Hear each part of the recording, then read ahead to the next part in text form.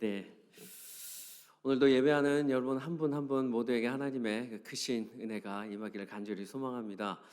여러분들 말씀에 들어가기 앞서 질문 하나 드리겠습니다. 여러분들 주일 그러면 여러분들 마음속에 어떤 생각이 드십니까? 주일 하면 우리가 딱 떠오르는 것이 무엇입니까?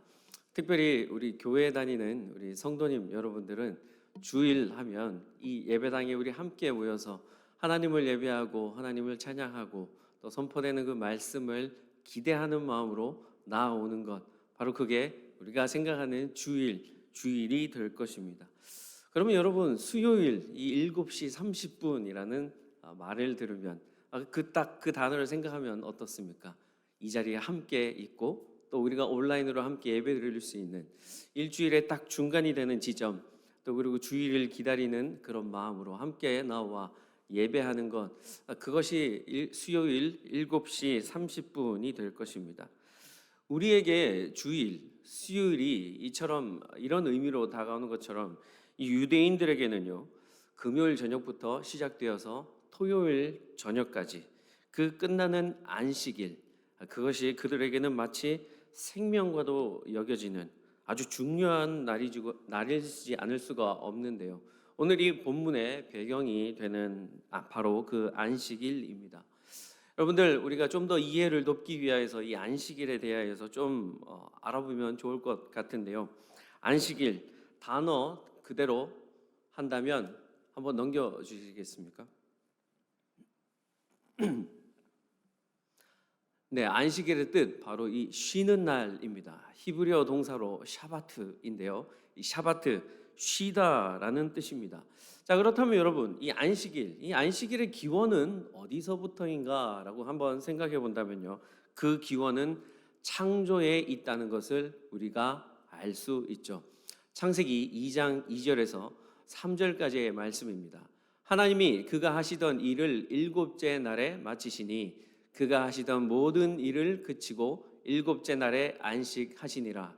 하나님이 그 일곱째 날을 복되게 하사 거룩하게 하셨으니 이는 하나님이 그 창조하시며 만드시던 모든 일을 마치시고 그날에 안식하셨음이니라 라고 기록되어져 있습니다. 자, 이것을 보면 우리가 알 수 있습니다. 바로 쉼, 휴식, 그것이 바로 안식의 근원이 되었다는 것을 알 수 있죠. 하나님께서 이 일곱째 날을 거룩하게 하셨습니다. 복되게 하셨습니다. 거룩하다 그 의미가요, 구별하여 분리시키다라는 그 뜻을 가지고 있습니다. 다시 종합해서 여러분들께 말씀드리자면 일곱째 날 이 안식일 하나님께서 정하신 이 날은요, 하나님께서 복을 주셔서 특별히 구별해 놓은 날이다라고 우리가 알 수 있는 것이죠. 자, 그렇다면 하나님께서 특별히 복을 주셔서 이 구별해 놓은 이 안식일, 그 안식일은 누구를 위하여 있는 날일까요? 마가복음 2장 27절입니다. 안식일이 사람을 위하여 있는 것이요 사람이 안식일을 위하여 있는 것이 아니니라고 기록되어져 있죠. 예수님께서 이처럼 명백하게 말씀하십니다. 안식일에 대한 정의를 확실하게 내려주셨습니다. 안식일은 사람에게 주신, 사람을 위해 만들어진 하나님의 그 은혜의 날이라는 것입니다. 안식일이라는 날, 그 날 자체를 지키기 위하여서 우리가 목숨을 거는 것이 아니라 하나님께서 그 사람들을 긍휼히 여기셔서 그들에게 화평과 그들에게 쉼을 허락하여 주시는 날, 그것이 바로 안식일. 이 안식일에 대한 정의를 우리가 딱 가지고 오늘 본문으로 한번 들어가 보도록 하겠습니다. 1절 말씀에 예수께서 다시 회당에 들어가시니 한쪽 손 마른 사람이 거기 있는지라 라고 이렇게 기록되어져 있죠. 예수님께서 이전에도 회당에 들어가셨습니다. 마가복음 1장에 나옵니다. 그리고 2장에 넘어가게 되면 예수님께서 많은 기적을 행하시게 됩니다. 연약한 자들을 치유하여 주시죠. 특별히 이 중풍병자를 고치실 때부터 이후에 등장하는 이 안식일에 밀 이삭을 자르는 사건으로 흔들리지 않았던 바리새인들과 서기관들, 그들의 기득권이 이제 흔들리기 시작합니다. 바리새인들이 보기에는요, 안식일에 밀 이삭을 자르는 것, 그것은 일, 그러니까 하나님이 말씀하신 그 율법 그대로를 어기는 것이 되는 일이었다는 것이죠. 여러분들, 예수님의 제자들이 어디 막 밀을 막 대량으로 잘라서 탈곡기에 넣어서 빵을 만들어 먹었겠습니까? 그것이 아니죠. 잠시 지나가다가 그 밀이삭 조금 잘랐을 뿐인데요. 바리새인들이 보기에는 밀이삭을 조금 자르든 밀이삭을 많이 자르든 안식일을 범하는 것으로 간주되었기 때문에 그 제자들의 우두머리 스승인 예수님을 가리켜 함께 엮으려고 하고 있었다라는 것입니다. 예수님을 시험에 빠뜨리기 위하여서 지금 당신 제자들 안식일에 해서는 안 되는 일을 하고 있는 것 아닌가라고 이렇게 이야기하고 있다라는 것이죠. 자, 이 안식일의 밀이삭 논쟁 어떻게 끝이 납니까? 마가복음 2장 27절 우리가 읽었던 구절인데요. 안식일이 사람을 위하여 있는 것이요 사람이 안식일을 위하여 있는 것이 아니니 이러므로 인자는 안식일에도 주인이니라라고 결론을 내리십니다. 그곳에 있던 바리새인들과 서기관들이 아무 할 말이 없었던 것이죠. 이 정도 되면 바리새인들에게는 정말 예수님은 눈에 가시였을 것입니다. 그래서 어떻게든 명분을 만들어서 함정에 빠뜨리고요, 종교 재판에 회부시키려고 눈에 불을 켜고 예수님 뒤만 졸졸 따라다녔을 것입니다. 저 28절에 보면 인자라고 되어 있지 않습니까? 인자를 그대로 번역하면 예수님께서 항상 성경에서 자기 자신을 가리키실 때 인자라고 말씀하시죠. 그런데 인자를 우리가 두 가지로 해석할 수 있습니다. 하나는 예수님을 가리키시던 Son of Man, 그러니까 예수님을 가리키시는 인자라고 해석할 수도 있고요. 또 두 번째는요, 그냥 사람으로 우리가 해석할 수 있습니다. 그러니까 저 마가복음 2장 28절을 우리가 두 가지로 번역할 수 있습니다. 예수님이 안식일의 주인이다라고 우리가 번역할 수도 있고요. 또 안식일은 사람을 위한 것이다라고 번역을 할 수도 있다는 것이죠. 예수님께서 그 안식일의 주인 되시며 또 그 안식일은 바로 사람에게 주어진 것이다라는 것을 예수님이 그 바리새인들과 서기관들에게 명명백백하게 말씀하시는 것입니다. 2절 말씀입니다. 사람들이 예수를 고발하려 하여 안식일에 그 사람을 고치시는가 주시하고 있거늘이라고 되어 있습니다. 한쪽 손 마른 사람이 회당에 들어왔습니다. 비록 그는 한쪽 손 마른 사람이었지만 하나님을 사랑하는 사람이었습니다. 안식일에 회당에서 선포되고 또 낭독되어지는 그 하나님 말씀을 듣기 위하여서 그는 불구의 몸이었지만 당시 유대 사회에서 몸이 아픈 사람을 어떻게 바라보았습니까? 부정하다 바라보았죠. 그는 한쪽 손이 불편한 사람이었지만 하나님을 사랑하는 마음으로 아주 큰 용기를 내어 안식일에 회당에 나아갔습니다. 하나님의 말씀을 듣기 위하여서요. 그리고 그 회당 안까지 들어왔다는 것, 그것은 사람들이 자신을 향해 쏘는 그 따가운 시선보다 하나님의 말씀을 더 기대하며 하나님의 말씀을 더 사모하는 사람이었다는 것을 증명해 주고 있는 것이죠. 자, 그런데 그 안에 있는 바리새인들과 서기관들, 이 종교 지도자들은 주시하고 있습니다. 그들이 무엇을 주시하고 있는가? 예수님께서 그 사람, 한쪽 손 마른 그 사람을 고치시는가? 고치시지 않는가? 만약 고치신다면 신성모독, 안식일 율법을 어기는 사람으로 시비를 걸려고 주시하고 있다는 것입니다. 주시하다, 헬라어로 파라테레오라고 하죠. 지켜보다, 조사하다, 머리끝부터 발끝까지 아주 자세하게 관찰하다라는 뜻입니다. 예수님을 지금 뚫어지게 쳐다보고 있다는 것입니다. 왜요? 고치나 안 고치나 보려고요. 만약 고친다면 바로 지금 종교 재판에 회부시키려고 그들은 예수님을 매서운 눈빛으로 쳐다보고 있다는 것입니다.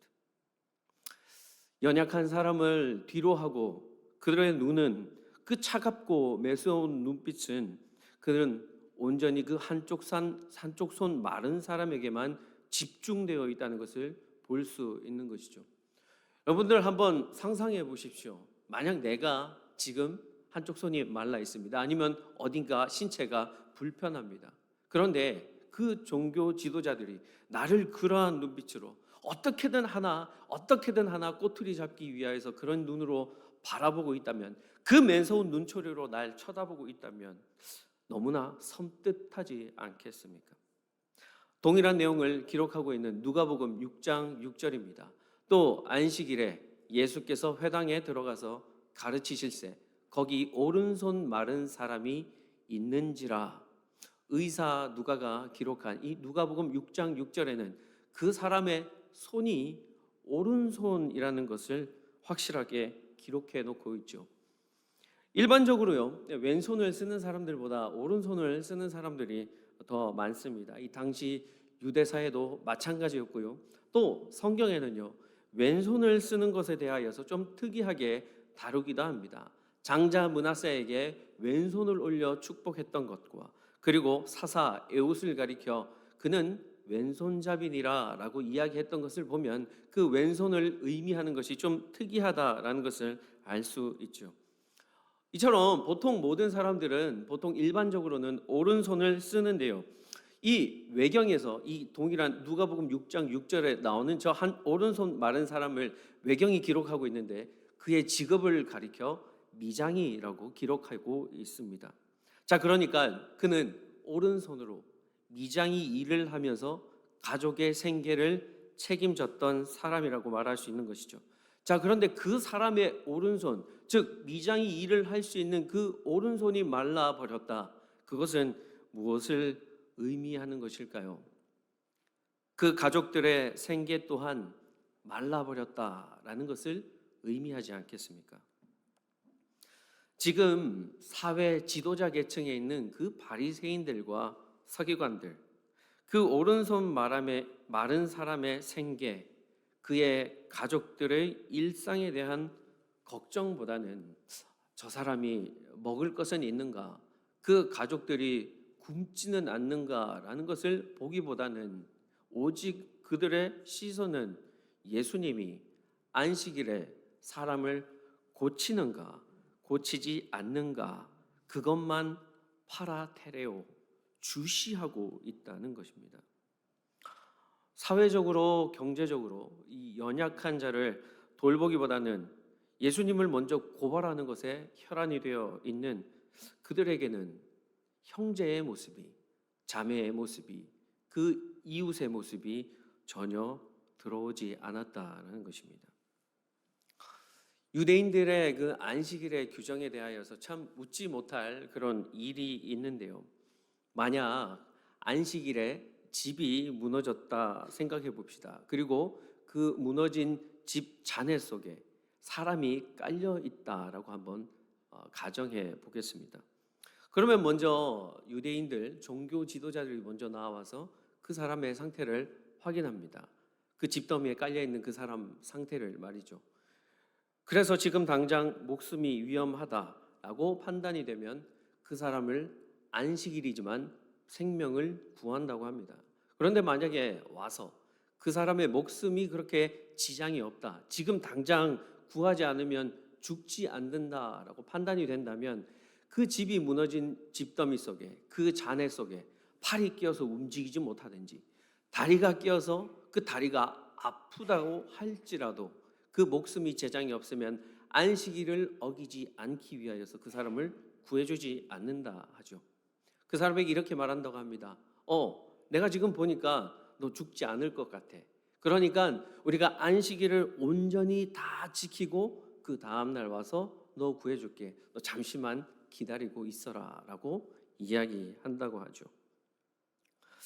사랑하는 여러분, 과연 이 안식일은 도대체 누구를 위한 안식일일까요? 3절 말씀입니다.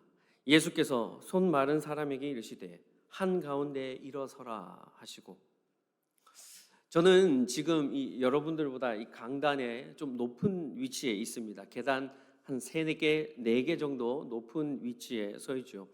그런데도 이렇게 조금 높은 위치에 있어도 밑에 앉아 계시는 여러분들이 훤히 잘 보입니다. 이전에 섬겼던 그 교회는요, 강단의 위치가 굉장히 높은 곳에 있었는데요. 제가 청년부를 섬길 때였습니다. 본당 그 예배당 뒤쪽에 사각형으로 된 아주 큰 기둥이 오른쪽에 하나, 왼쪽에 하나 이렇게 있었습니다. 항상 그 뒤에 앉는 청년들이 있었습니다. 그 청년들이 그 뒤에 앉아서 뭐 하는지 아십니까? 뭐 열이면 아홉은 졸고요. 또 그 나머지 친구들은요, 스마트폰을 이렇게 만집니다. 그리고 친구들과 카톡을 막 하죠. 그 뒤에 앉는 사람들은요, 이미 본당으로 탁 들어올 때부터 이 예배 드리겠다는 마음은 없고 그냥 나는 오늘 여기서 좀 졸거나 나의 부족한 수면을 채우거나 혹은 친구들과 카톡을 하거나 아니면 스마트폰으로 게임을 한다라는 그런 마음을 딱 먹고 이렇게 들어오는 사람들이죠. 근데 참 재밌는 것은요, 그 기둥 뒤에 있는 사람이요, 그냥 앞에 있는 사람들보다 훨씬 더 잘 보인다는 것입니다.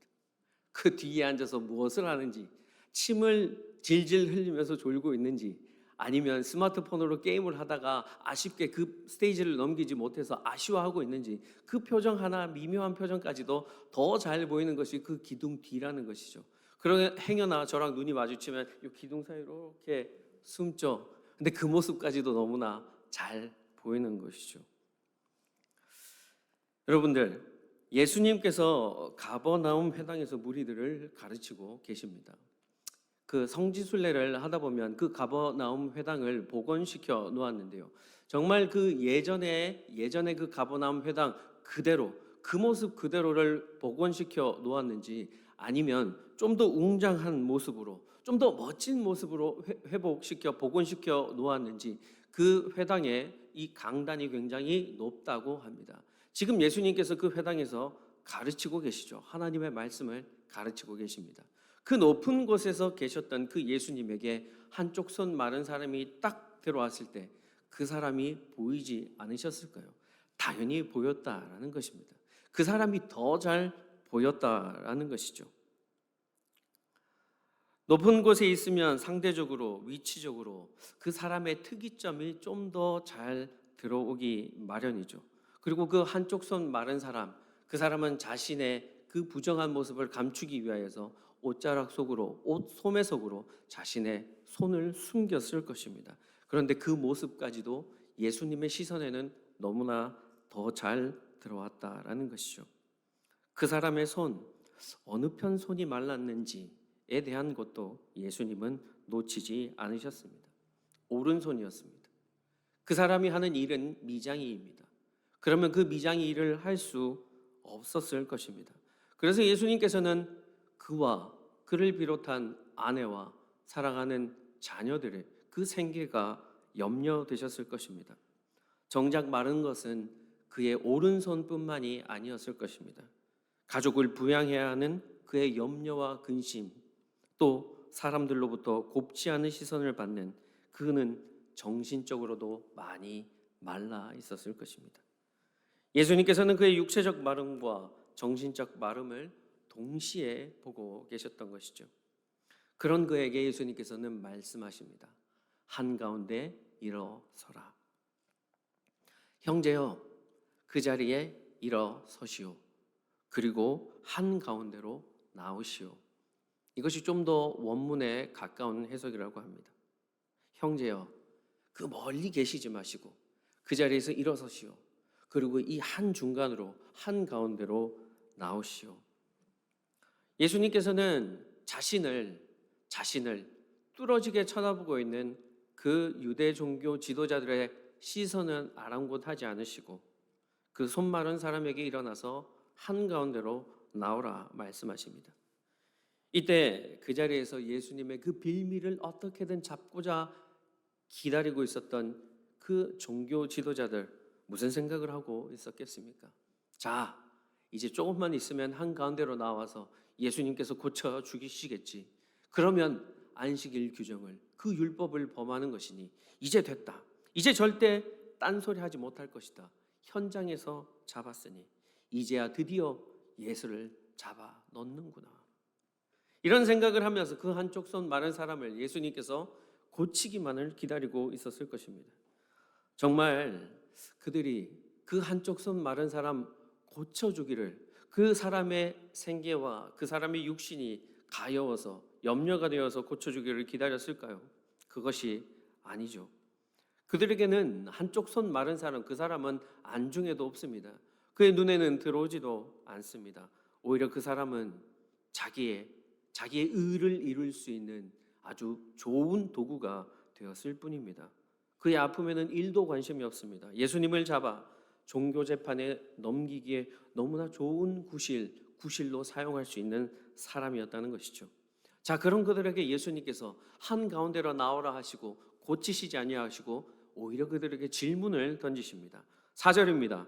그들에게 이르시되 안식일에 선을 행하는 것과 악을 행하는 것, 생명을 구하는 것과 죽이는 것 어느 것이 옳으냐 하시니 그들이 잠잠하거늘. 안식일 규정을 어기고 일을 하느냐 안 하느냐 그것만 보고 있는 그들에게 허를 찌르는 질문을 하시는 것입니다. 안식일에 선을 행하는 것과 악을 행하는 것 너희들이 생각할 때는 무엇이 옳다고 생각하느냐라고 말씀하시는 것이죠. 이 질문을 받은 그들의 머릿속은 어떻게 되었을 것입니까? 복잡해졌을 것입니다. 그들이 생각하던 선악의 기준에 혼동이 생겨버린 것입니다. 그들은 예수님의 질문에 답해야만 했습니다. 그렇다면 그들이 당연히 선택해야 할 것은 선이었습니다. 악을 선택할 수는 없는 것이죠. 이 상황에서 안식일에 대한 율법 준수를 고집하면 그들은 당연히 악을 선택하는 사람이 되었기 때문이죠. 생명살상에 찬성하는 사람이 될 수밖에 없었기 때문이죠. 그래서 그들은 입을 다물었습니다. 예수님에게 동의를 해서가 아니죠. 답을 알면서도 그들은 다 침묵했습니다. 5절 말씀입니다. 그들의 마음이 완악함을 탄식하사 노하심으로 그들을 둘러보시고 그 사람에게 이르시되 내 손을 내밀라 하시니 내밀매 그 손이 회복되었더라. 노하심으로 그들을 둘러보시고 그들의 완악함을 탄식하사 비겁하게 대답하지 못하고 있는 그들을 하나님께서는 분노하시는 그 눈빛으로 한 사람 한 사람 다 쳐다보셨습니다. 그들 중 그 어느 누구도 예수님과 똑바로 눈을 마주치고 있을 수 있는 사람은 아무도 없었을 것입니다. 주님께서 그렇게 질문하셨고 그들은 대답하지 못했고 그래서 주님께서 분노하심으로 그 한 사람 한 사람을 그 시선으로 마주쳤다면 그들 중 한 사람은 반드시 주님과 그 눈이 마주쳤을 때 그 주님의 눈을 바라보았을 때 회개했었어야 했을 것입니다. 주님, 제가 잘못했습니다.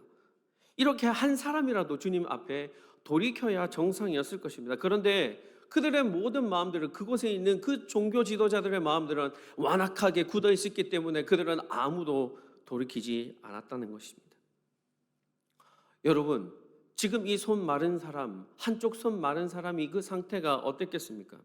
예수님께서 그곳에 오신다는 소식을 듣고 그 불구의 몸으로도 부정하다고 손가락질 받는 자신의 마른 손을 가지고 예수님 앞으로 그 회당 앞으로 나오지 않았습니까? 자신을 믿기로 예수님을 올무에 매기 위하여서 눈에 불을 켜고 있는 그 사람들과 그 사람들의 마음의 그 완악함을 판단하시고 노하심으로 그들을 꾸짖고 있는 그 예수님 사이에서 그 한쪽 손 마른 사람이 걱정하지 않았겠습니까? 지금 어떤 일이 벌어질까? 이 사람의 심장이 쿵쾅거리고 있지 않았겠습니까? 그런데 그 사람에게 예수님께서는 단호하게 말씀하십니다. 그 종교 지도자들의 시선은 아랑곳하지 아니하고 내 손을 내밀라 하십니다. 그 사람의 손이 말라붙어 있습니다. 내 손을 내밀어. 그 말씀하자마자 그 손을 내미니 그 손이 회복되었습니다. 여러분, 이 사람은 오른손으로 미장이 일을 해서 가족을 먹여 살려야 했던 사람이었습니다. 가장이었다는 것입니다.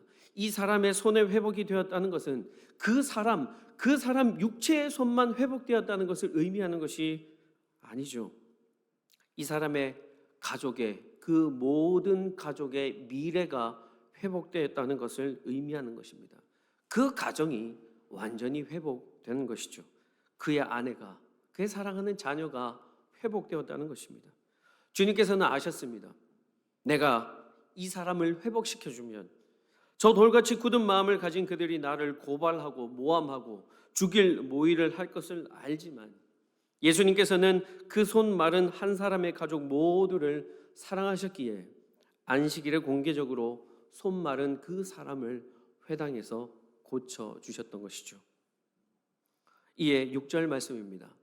바리새인들이 나가서 곧 헤롯 당과 함께 어떻게 하여 예수를 죽일까 의논하니라. 예수님께서 손 마른 사람, 그 사람을 고쳐주셨습니다. 그리고 그 사람의 미래를 회복시켜 주셨습니다. 그의 가정을 회복시켜 주셨습니다. 그런데 그 예수님에게 돌아온 것은요, 칭송이 아니었습니다. 존경과 높임이 아니었죠. 이제 바리새인들은 확실한 명분을 잡았습니다. 예수께서 안식일 날 죽기 직전에 환자도 아닌데, 지금 숨이 넘어가는 그 사람도 아닌데, 그 다음 날 고쳐줘도 되는데 안식일 날 그를 고쳐주셨습니다. 그래서 그들은 나가서 헤롯 당과 함께 어떻게 우리가 예수를 죽일 수 있을까, 어떤 시비를 찾을까 모의하기 시작했습니다. 바리새인과 서기관들, 우리 모두가 너무나 잘 알듯이 그들은 자신의 의를 과시하는 사람입니다. 나는 의롭다라고 얘기하는 사람들이죠. 반면 헤롯 당은 어떤 사람들입니까? 로마 제국에 빌붙어 있는 사람들 아닙니까? 그 권력의 힘에 불붙어서 살아가고 있는 사람들입니다. 자, 그러니까 이 종교 지도자들과 헤롯 당은요, 앙숙 관계입니다. 서로 함께 할 수 없는 사람들이죠.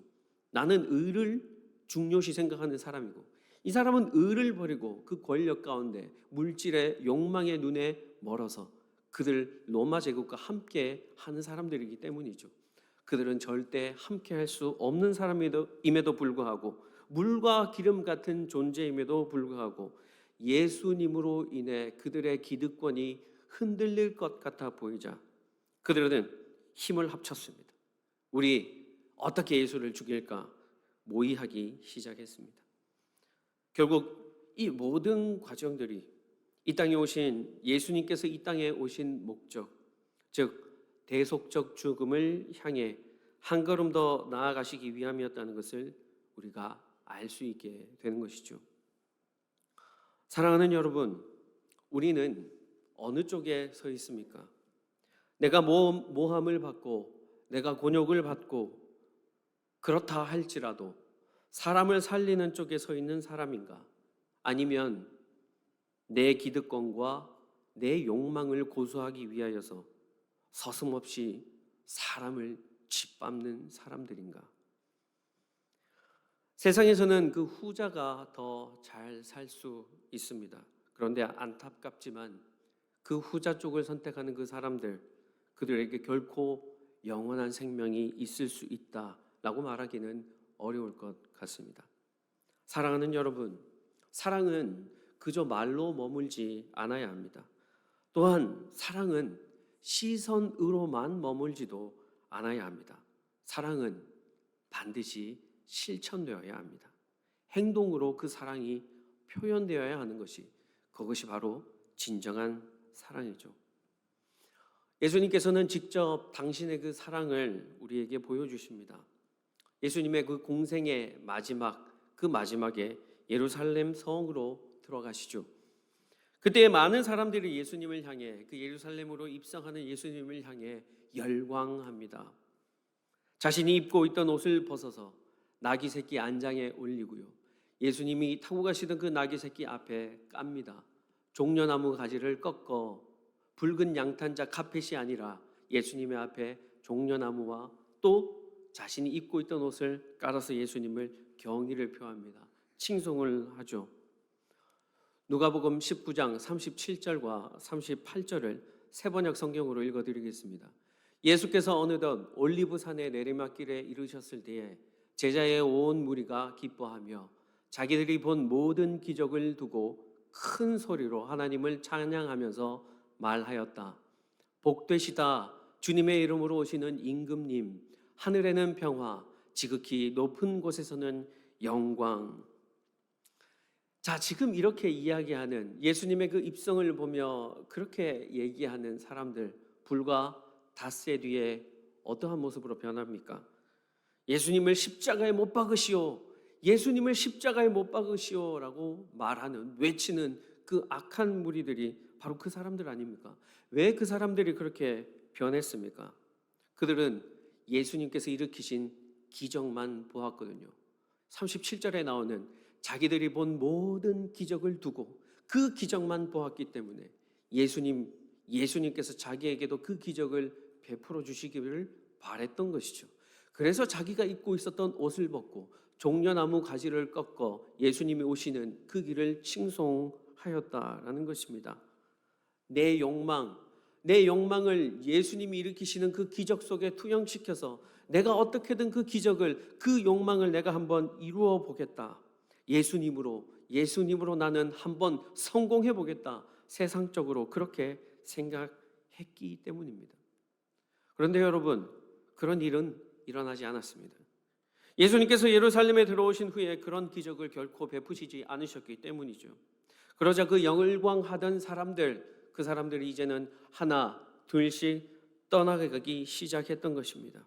그리고 극기야는 이렇게 말하죠. 저 기적도 일으키지 못하는 저 예수, 내 욕망의 꿈을 이루어주지 않는 그 예수, 안식일을 범하고 부정한 손 마른 사람을 고쳐주는 저 예수를 이제는 십자가에 못 박으시오 라고 이야기했다는 것입니다. 불과 닷새 뒤에요. 예수님께서는 예루살렘 입성 당시 그렇게 자신을 보며 열광하는 사람들로 인해 고무되지 않으셨습니다. 손으로 엄지척하며 V자 그리며 기뻐하시지 않으셨다는 것입니다. 오히려 그들을 보며 예수님께서는 누가복음 19장 41절에 가까이 오사 성을 보고 우시며, 예수님께서는 그들을 보시고 오히려 눈물 흘리셨다 하셨습니다. 안타까우셔 하셨습니다. 왜 예수님께서 우셨습니까?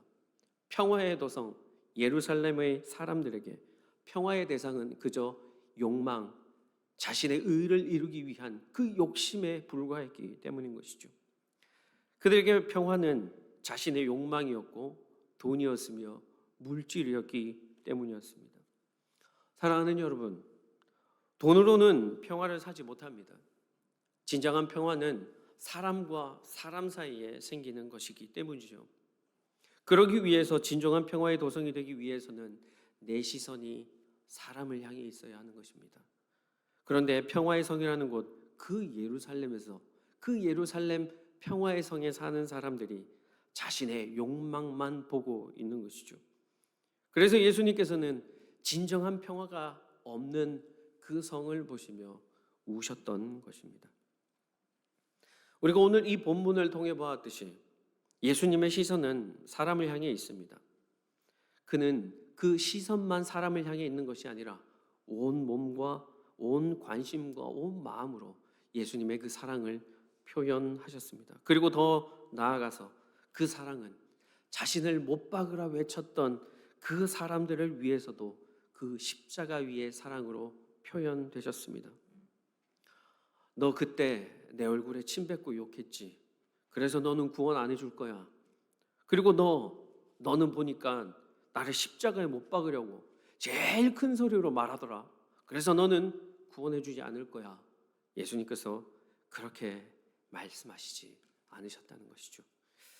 예수님께서는 그렇게 말하는 그들을 위해서도 기꺼이 십자가에 달려 돌아가셨습니다. 사랑하는 여러분, 한 번 더 질문드립니다. 우리는 어느 쪽에 서 있습니까? 예루살렘 군중입니까? 아니면 사랑을 실천하신 예수님을 온전히 따르는 제자의 모습입니까? 우리 또한 주님처럼 사람을 먼저 보아야 할 것입니다. 그렇게 된다면 분명 우리의 삶의 질은 향상될 것입니다. 말씀을 마치면서요, 요한 1서 4장 7절에서 11절까지의 말씀을 우리 함께 읽어보면 좋겠는데요. 요한 1서 4장 7절에서 11절까지의 말씀입니다. 함께 읽겠습니다. 사랑하는 자들아, 우리가 서로 사랑하자. 사랑은 하나님께 속한 것이니 사랑하는 자마다 하나님으로부터 나서 하나님을 알고 사랑하지 아니하는 자는 하나님을 알지 못하나니 이는 하나님은 사랑이심이라. 하나님의 사랑이 우리에게 이렇게 나타난 바 되었으니 하나님이 자기의 독생자를 세상에 보내심은 그로 말미암아 우리를 살리려 하심이라. 사랑은 여기 있으니 우리가 하나님을 사랑한 것이 아니요 하나님이 우리를 사랑하사 우리 죄를 속하기 위하여 화목제물로 그 아들을 보내셨음이라. 사랑하는 자들아, 하나님이 이같이 우리를 사랑하셨은즉 우리도 서로 사랑하는 것이 마땅하도다. 하나님께서 사랑이시기 때문에 우리가 허랑방탕하게 살 때 우리가 주님을 모르면서 살 때 우리의 인생 한 부분이 온전히 마비되었을 그때에도 그분의 시선이 우리 한 사람 한 사람을 발견하시고 주시하고 계셨고, 그리하여서 우리를 구원하시고 우리를 위해 밤이나 낮이나 졸지도 않으시고 우리의 이 오늘이 있게 해 주셨습니다. 그래서 우리가 하나님을 닮아 사람을 사랑하면 그분의 자녀가 되는 것이고요, 사람을 사랑하지 않으면 그분의 사람일 수 없는 것이죠. 우리 모두 사랑이신 하나님의 자녀의 모습으로 살아가십시다. 그때 우리 모두를 통해서 이 성탄의 계절에 예수 그리스도께서 탄생하신 그 기쁨과 평화, 그리고 하나님의 사랑을 온 세계 열방 가운데 끝도 없이 펼쳐가실 그 주님의 사랑이 널리 널리 퍼지게 되는 것을 우리가 온전히 믿게 되시길, 그리고 그 도구가 되길, 그 사랑의 도구가 저와 여러분이 되길 주님의 이름으로 간절히 축원드립니다. 기도하시겠습니다.